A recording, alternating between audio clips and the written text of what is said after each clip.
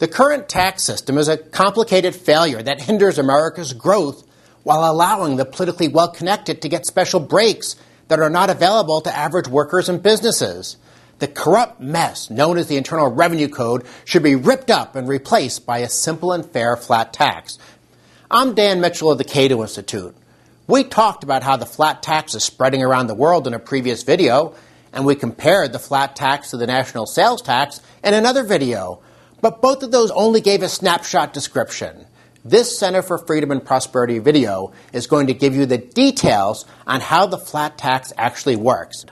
The major features of a flat tax are a single flat rate.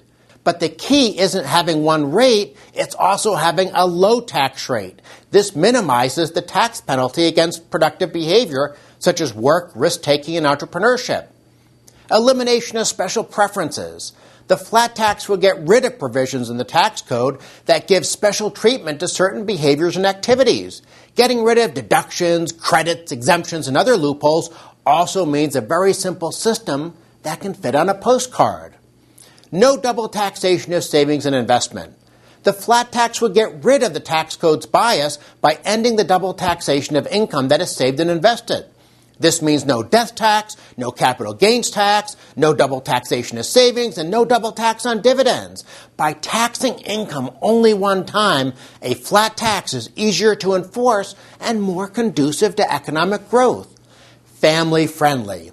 Households receive a generous exemption based on family size. This protects the poor from being taxed. And there's also no marriage penalty, unlike the current system. Those are the key features. Now let's describe how the flat tax would work in practice. The main thing to understand is that labor income is taxed using the household postcard form and capital income is taxed using the business postcard form. Let's look at the 10-line postcard for households. Each family would report wage, salary, and pension income on line 1, which should be easily available from W-2 forms. Using lines 2 to 5, the household then would calculate its personal allowance, which is based on family size. The personal allowance on line 5 is then subtracted from line 1 to determine taxable income.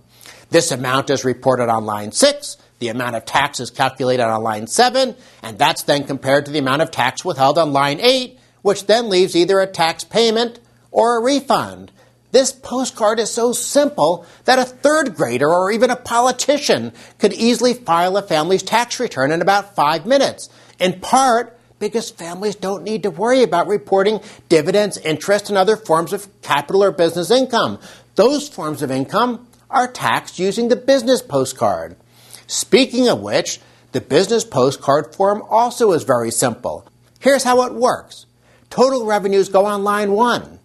Businesses would then add together their wage costs, their input costs, and their investment costs on lines 2 and 3. These costs are subtracted then from gross receipts to determine taxable income on line 4. Line 5 is the amount of tax that is due.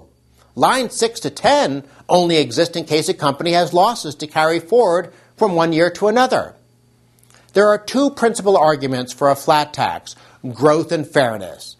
Many economists are attracted to reform because the current tax system is so anti-growth, with its high tax rates, corrupting loopholes, and discriminatory taxation of savings and investment. A flat tax would not eliminate all of the damaging impact of taxation, but it would boost the economy's performance compared with the present tax code. The most persuasive feature of a flat tax for many Americans, however, is fairness. The 1,000-plus documents, instruction manuals, and forms that comprise the Internal Revenue Code are a nightmare for regular people, but they're a goldmine for the lobbyists, politicians, and special interest groups. This maze of credits, deductions, preferences, loopholes, and exemptions gives a big advantage to those who wield political power and can afford big-time lawyers, lobbyists, and accountants. Let's close with a few additional observations. The class warfare crowd doesn't like the flat tax because they want to punish the rich with high tax rates. But they are missing the point. The flat tax isn't designed to help the wealthy. It's designed to make it easier for the rest of us to become better off. Some investors and entrepreneurs will pay lower tax rates, to be sure, but a lot of rich taxpayers will pay more since they'll lose access to all the loopholes and tax shelters. And let's be clear about one thing. The IRS data unambiguously show that the vast majority of tax deductions go to the wealthy. A flat tax, by contrast, treats everyone equally. If Bill Gates makes 100,000 times more money than I do, he should pay 100,000 times more in taxes. At least that's the way it should work if we want our tax system to fulfill the principle etched above the entrance to the Supreme Court. Last but not least, a flat tax is better for civil liberties. In an effort to enforce our ridiculously complicated system, the politicians have given the IRS enormous powers. Taxpayers aren't even allowed the presumption of innocence supposedly guaranteed by the Constitution. Heck, the terrorists that Obama is importing into our criminal justice system have more rights than taxpayers. Moreover, infringements on privacy would fall dramatically since the government no longer would need to know the intimate details about our financial assets. The current income tax system punishes the economy, imposes heavy compliance costs on taxpayers, rewards special interests, and makes America less competitive. A flat tax would dramatically reduce these ill effects. There will never be a tax that is good for the economy, but the flat tax moves the system much closer to where it should be, raising revenues in the least destructive and least intrusive way possible. I'm Dan Mitchell. On behalf of the Center for Freedom and Prosperity, thanks for watching, and please share this video widely.